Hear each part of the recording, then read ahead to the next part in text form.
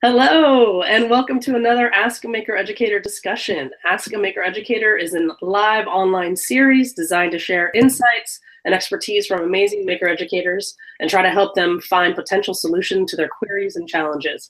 I'm Jessica Parker. I am the Director of Community and Learning at Maker Ed, and we're so lucky today to not have just one or two, but three people. Jackie Moore from Chicago, who runs a Maker Space. Jackie, go ahead and give us a wave. There we go. Hello, everybody.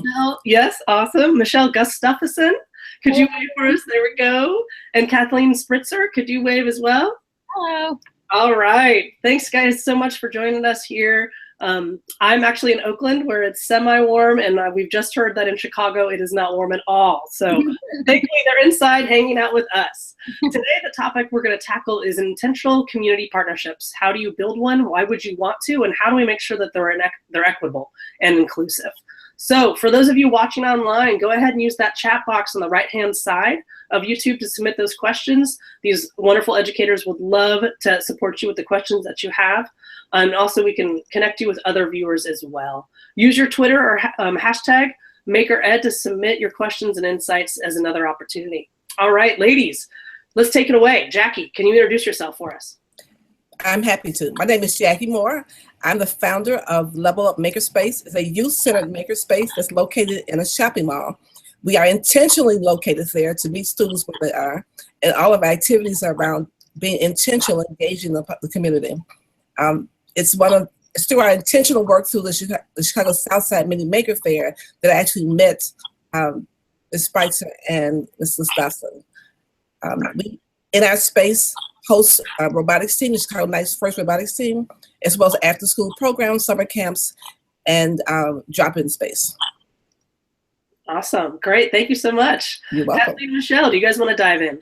Sure. My name is Michelle Gustafson, and I'm the instructional coach right here at Hometown School, which is in Oakland Hometown School District 123.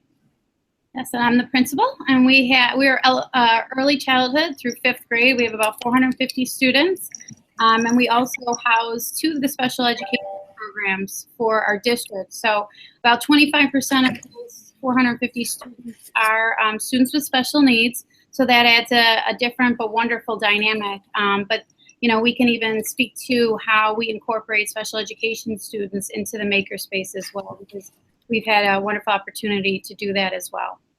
We would love to hear more. Thank you so much. Could you start out, though, by talking about how in the world did you guys connect?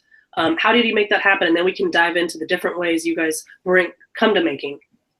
I have to believe that it was fate, that Jackie came to us by fate, because it was so funny. One of the things that I have on my to-do list when I took over about 4 years ago here was to really increase family engagement and, you know, really trying to incorporate our parents into this world of education, which has changed so much since all of us were in school ourselves. And so I was approached by a parent one day, and I had heard a little bit about the maker space and this maker education, but I didn't know much about it. But I was intrigued, and I had done a little bit of research, but again, didn't know. I was very much a novice. And Mr. Falcon, one of my parents, approached me and he said, you know, did you ever think of having a maker space or a maker fair?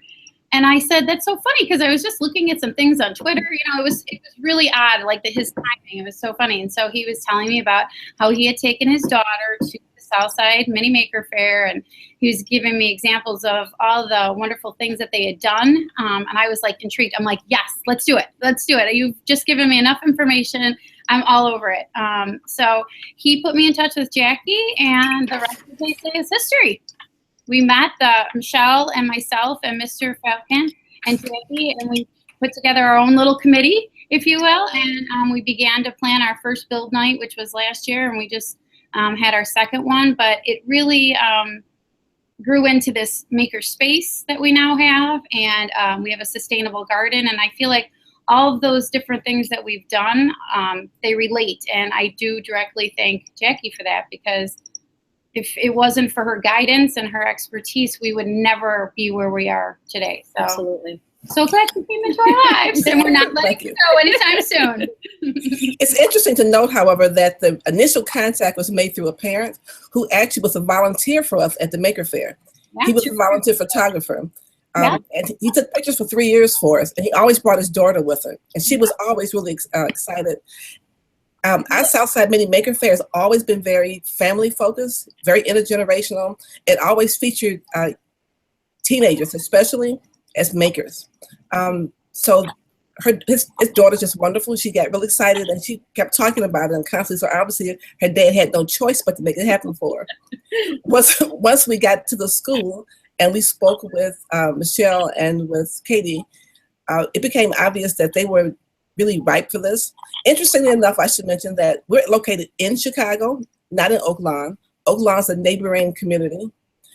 So we're physically close together, but in many ways worlds apart in terms of the demographics of the students that we serve. They focus on K through 5, we focus on teenagers. So we used it as an opportunity to bring those two groups together.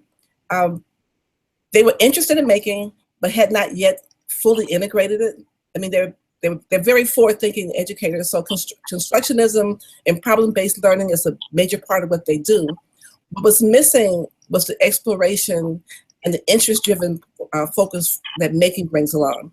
So I came in with some students, with some teenagers, and the teenagers actually sat down and did a skill share, if you will, where they modeled how to be a maker facilitator by working with the students in the school. And the teachers, one thing I like about the administrative style at this school is that it's very collaborative. So the teachers weren't told they had to do this. Instead, we give the opportunity to come. They sat in and they were unintentional learners. Mm-hmm. And I'm sorry about that.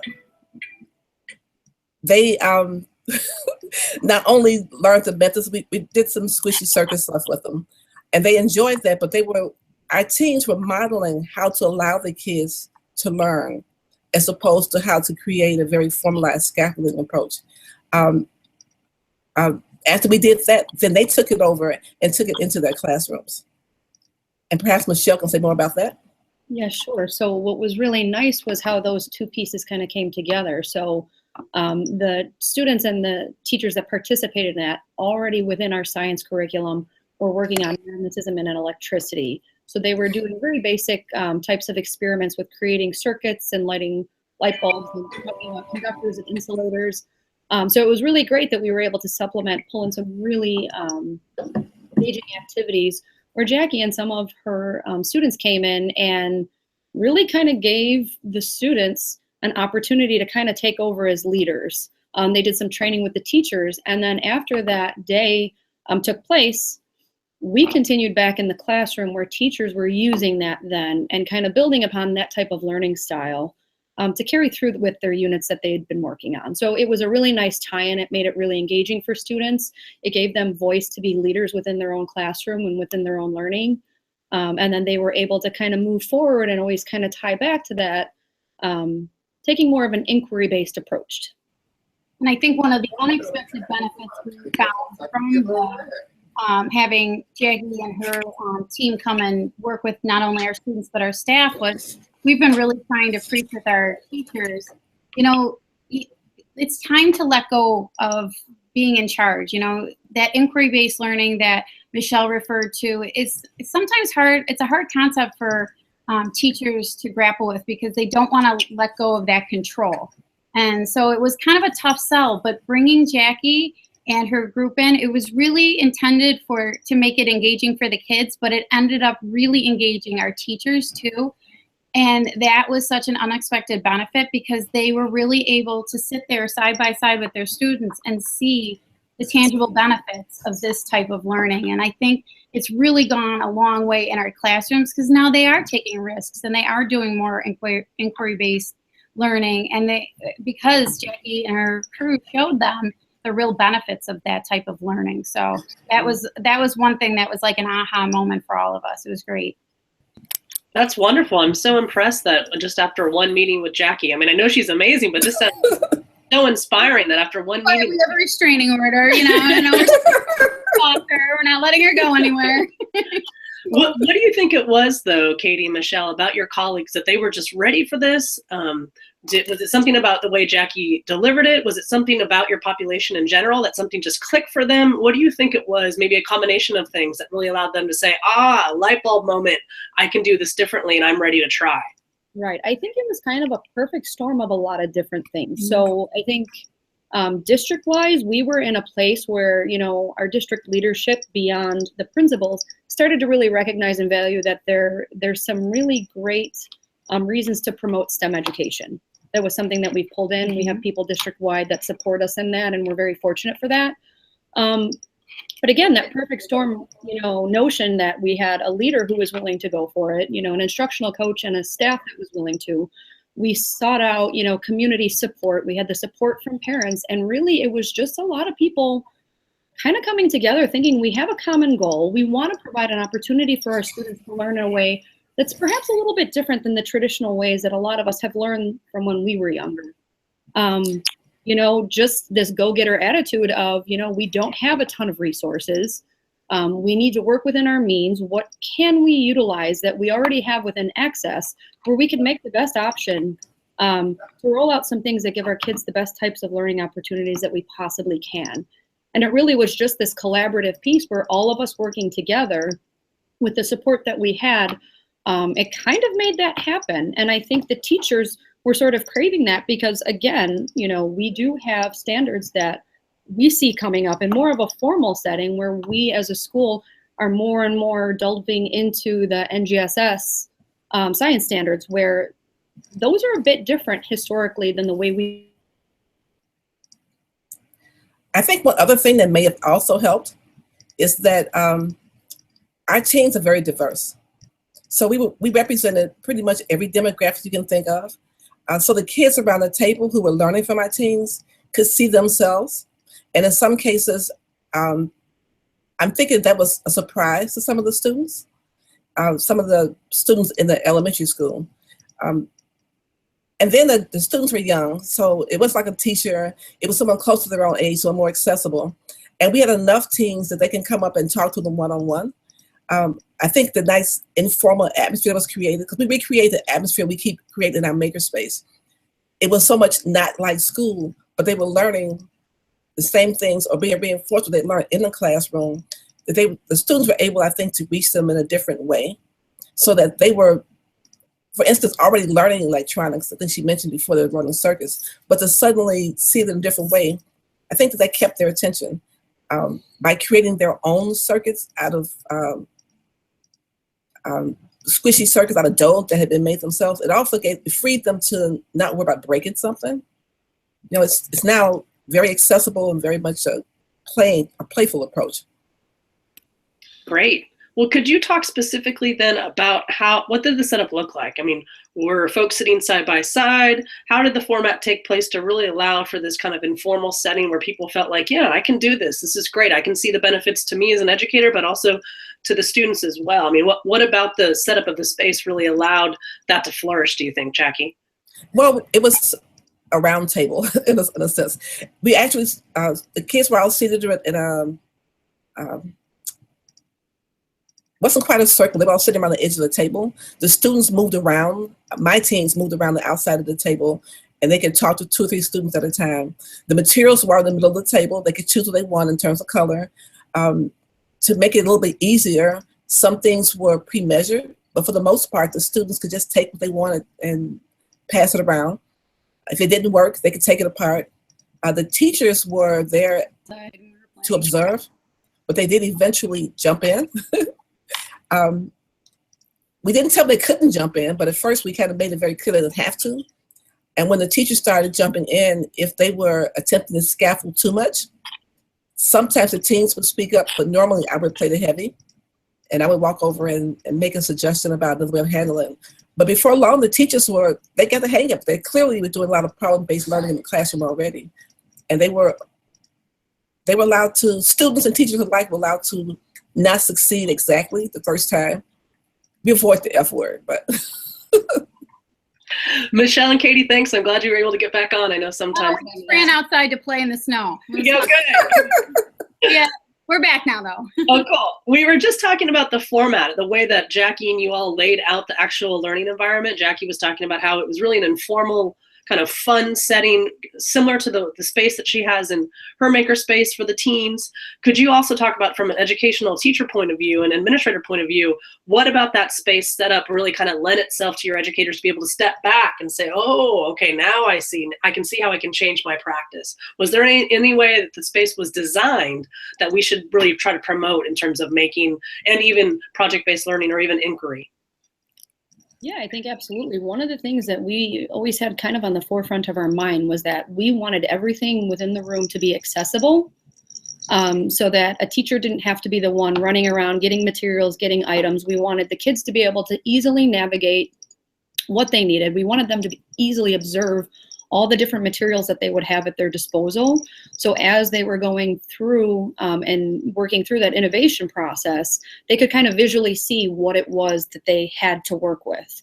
One of the things that we talk a lot about when we first kind of kicked off our makerspace, it was this whole concept that, the teachers and I worked with the kids, and we introduced this discussion that, when you have that innovator's mindset and when you're making, you have to kind of have a plan. You have to have an idea of what it is that you're hoping to accomplish. So we work off of this whole kind of 3-tiered scaffold where you define what it is you want to do, and then you come up with some sort of a design. Now that could be a very official prototype that they're drawing out on paper. It could just be a discussion with a peer or with a teacher, or it could just be, looking through the bins that we have that are clear, thinking through, with the materials that I have available, what type of design could I come up with? Then you actually build it, work through it, and then refining that to go through and think, did I define this the way that I needed to? And did I accomplish what I set out to do? So I think the space just kind of is naturally set up, and I can kind of let Katie speak to the design aspect of the room, because she put a lot of brilliant ideas together for it. But I just feel like even myself, when I come in here, it's a place that just makes you want to learn. There's lots of famous, quotes and things up. If you could see everything, that would be great. But there's lots of just, STEM-based and scientific-based things that can kind of motivate thinking and curiosity and wonder in here. And Katie, before you speak, can I ask that when you respond, can you also point out the cost factor for the items? Absolutely, absolutely. In terms of the design, we wanted, I think for the kids are an easy sell. We made it colorful and fun and inviting. And so we knew that would get the kids in here. But in terms of the teachers, because they're a tougher sell, I think the key was flexibility. So we wanted to make it seen as not another thing. There were no expectations with the makerspace. It's here. We have 2 carts where we put a lot of the different items and materials that we have in the room on a cart. So if you could, either as a teacher, you could bring your class to this space, or you could bring the materials to the classroom. So again, just kind of thinking about different, because a lot of teachers are kind of type A, and this is kind of a messy space. And so this could be kind of a lot for a type A person. So we wanted our type A people to be comfortable too. So I think with the carts, it could be a manageable chaos.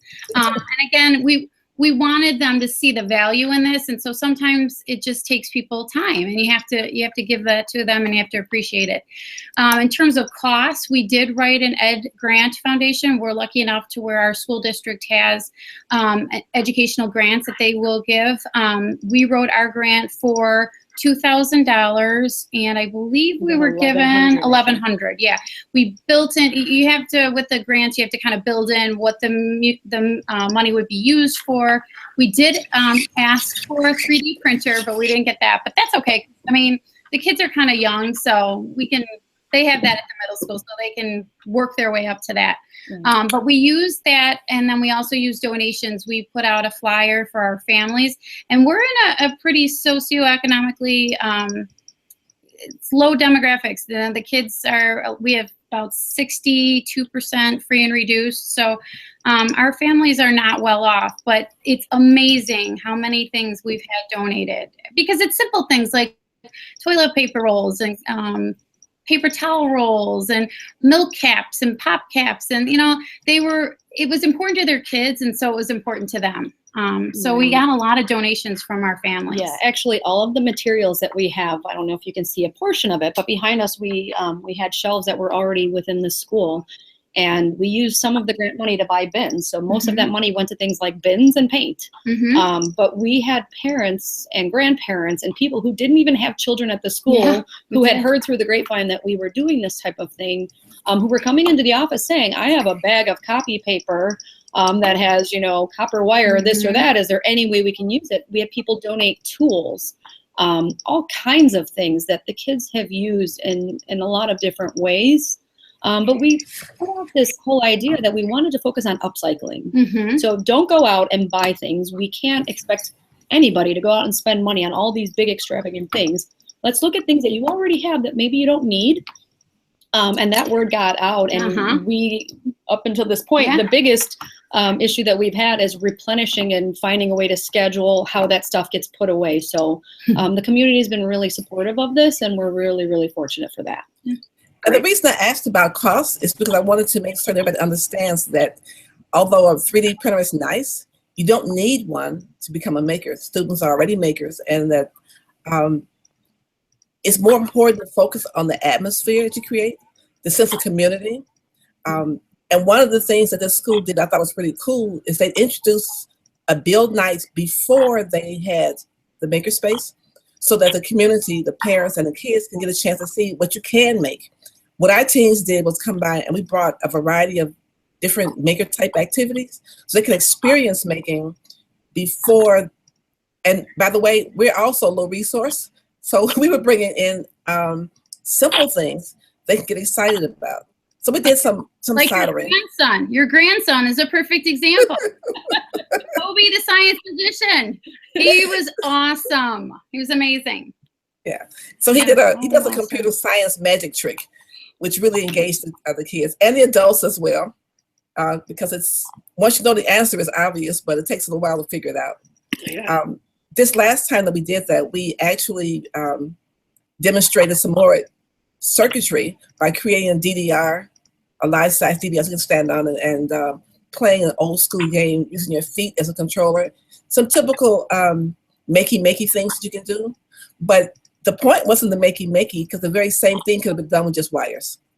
The point was to get the students to see beyond the tech, to use the tech, to understand the tech is infusing it, but to see beyond the tech and to see what they can control.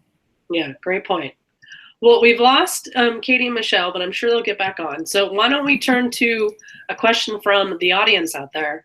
The educator asked, sometimes the maker movement seems to be directed towards those who already have plenty of resources, already have that 3D printer, right? Or already have all that funding. So I would love for you guys to talk about ways that you think about making as an equity issue, making sure that making is given or offered to all students.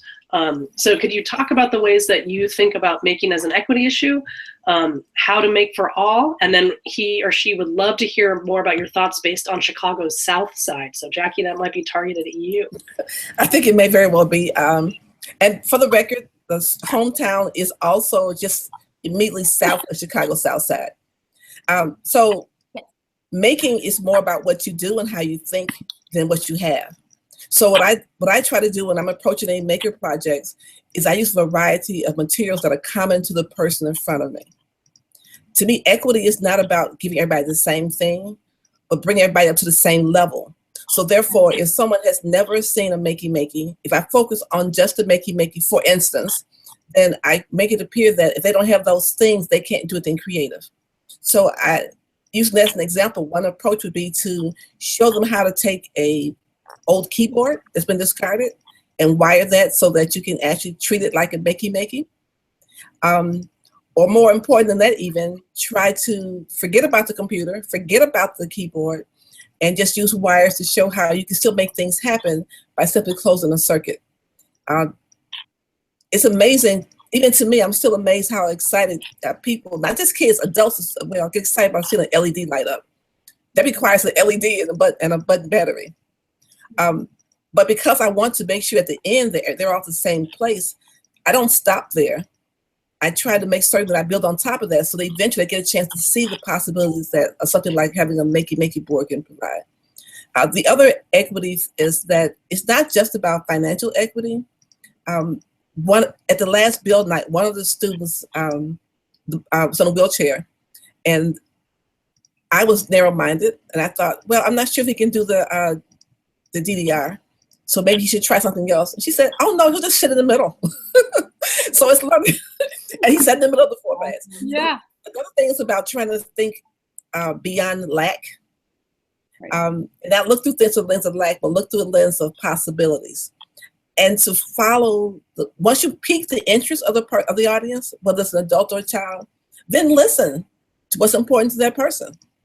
And if you can find what's important to them, then it's an easier job to bring them up to the level where you think, where they're equal with others. Yeah, well. And the other issue, as far as the South Side of Chicago is concerned, I think the implication there is that we all know that there's some resource shortages in the community. Well, we also have some very rich resources in terms of survival skills that those who have less have developed. And that's tapping into that and making sure they understand that when they bake, when they sew, when they make beats, when they do spoken word, that all those are forms of making, and that they don't have to earn the right to be a maker. They already are a maker. Right. And I think one of the things that kind of strikes me when I hear Jackie say that is, we've had conversations about seeking out opportunities. I think part of our job as educators is to get kids to really understand that if you have a natural curiosity about the world around you, and if you are passionate to learn and be curious, then really nothing can stop you. A lot of the things that we've done here, including Build Night, we couldn't do without organizations that are free. We have vendors come in that are all non-for-profit, that come just because they're also excited about teaching kids and letting kids engage in new and exciting learning experiences. So it really does come back to that full sense of community again, and utilizing those resources that are out there, because even in, areas that, don't have as many resources that are, aren't overflowing from all corners of the world, there's still some out there. So utilize what you do have.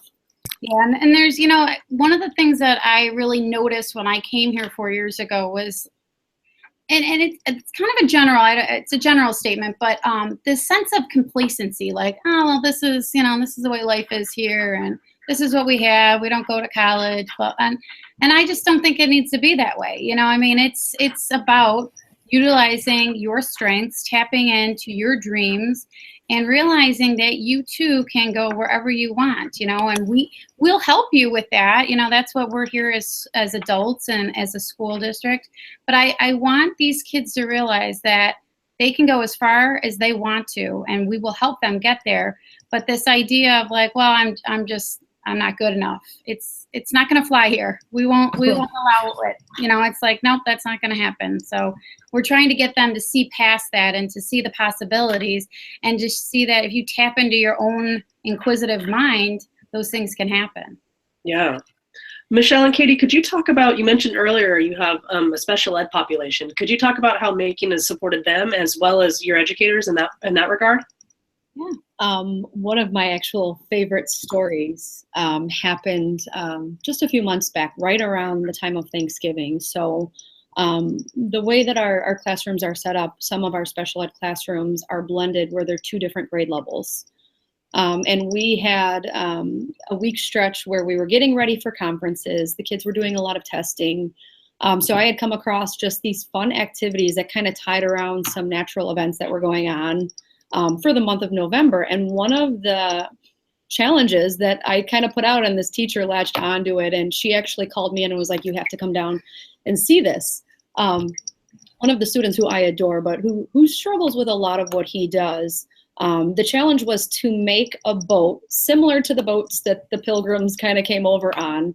And they were only given a few different things that they could make the boat out of. But the boat had to be able to support the weight of a few quarters or pennies. And it was this challenge, whoever's boat could float without leaking and could hold the most amount of weight would kind of win the challenge. And he was so excited. And what we actually found was, this is a student that in some cases is kind of reluctant to share verbally the knowledge that he has. And he latched onto this project. Not only did he win the challenge, but he kept going on and on and on about all the different things that he did. And the thing that he was most proud of was that his boat was functional, and he actually used that word, because it had an anchor, and no one else's boat had an anchor. So it was just a perfect opportunity to say, you know, there was not a lot of guidance. The criteria was set. This is what we're hoping to accomplish. Here are the materials. You can utilize them however you want. And because we allowed him to learn the way that I think he learns best, he just took it and ran with it, and it was awesome. Yeah, that's a great story. Thank you for sharing that. We'd love to learn more about how you are supporting your students, especially special learners, through making as well. We have another question from the audience, and I think then it's time to let you guys go back into the snow. One last thing. The audience member would love to learn any recommendations you have for engaging families in terms of intergenerational engagement. Thoughts on that? Ways to engage intergenerational activity in making. Well, I think you can start by requesting some supplies. So, you know, that idea of upscaling, we kind of defined it in our flyer, like what upscaling is, and, you know, the supplies that we were looking for, and that kind of piques their interest. And then they ask the kids what it is. But the build night really has been a wonderful way for us to get our families in to kind of see what, you know, engaged learning looks like, what inquiry-based learning looks like. And, you know, a lot of our families are kind of, they have that attitude like, we trust you 100%, but we're going to let you do the education. And what we're trying to say is, no, we want you to be a part. We want you to know what's going on. We know every child goes home and says, you know, when you say, how was school? They say, oh, it's fine. I did nothing. You know, we all know that as parents, but we want our parents to really have a sense of what we're doing here every day. And I think getting the opportunity to bring them into that. Yeah. Instead of being able to tell them, come in and let's show you what we do here every day. Let me show you what I do.